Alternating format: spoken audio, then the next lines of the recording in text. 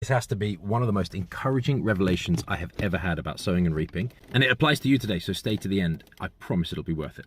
Psalm 126 says that those who sow in tears shall reap in joy. He who continually goes forth weeping, bearing seed of sowing, shall doubtless come again with rejoicing, bringing his sheaves with him. Sowing seed is always an act of faith. You're taking what you could have eaten, the grain, and you're burying it in the ground, trusting that it will multiply. If you are already in a season of lack or hardship, sowing does feel costly. It might even feel painful. That's the tears part. Spiritually, this is obedience in difficulty. It's giving, serving, praying, persevering, even when it is hard. But remember, the promise is that the harvest will come, and then the emotional state flips. What was done in pain is rewarded with gladness. But notice, it doesn't just say you might reap.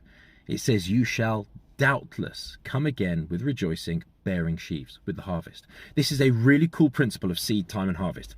It's that the type of seed dictates the type of harvest, not your emotional state when you sow it. Your emotions do not determine the fruit.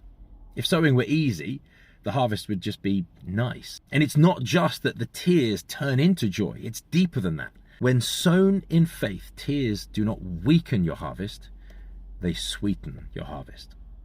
When the sowing requires something of you, when it's mixed with tears and prayer and even a sense of loss, the joy at harvest time is not ordinary joy. It's redeemed joy, magnified by the memory of the pain that came before it. I hope this encourages you today, and maybe you want to like and follow for more Christian finance content. And if you really need help with your finances, comment BFM below and I'll send you details of how I can help.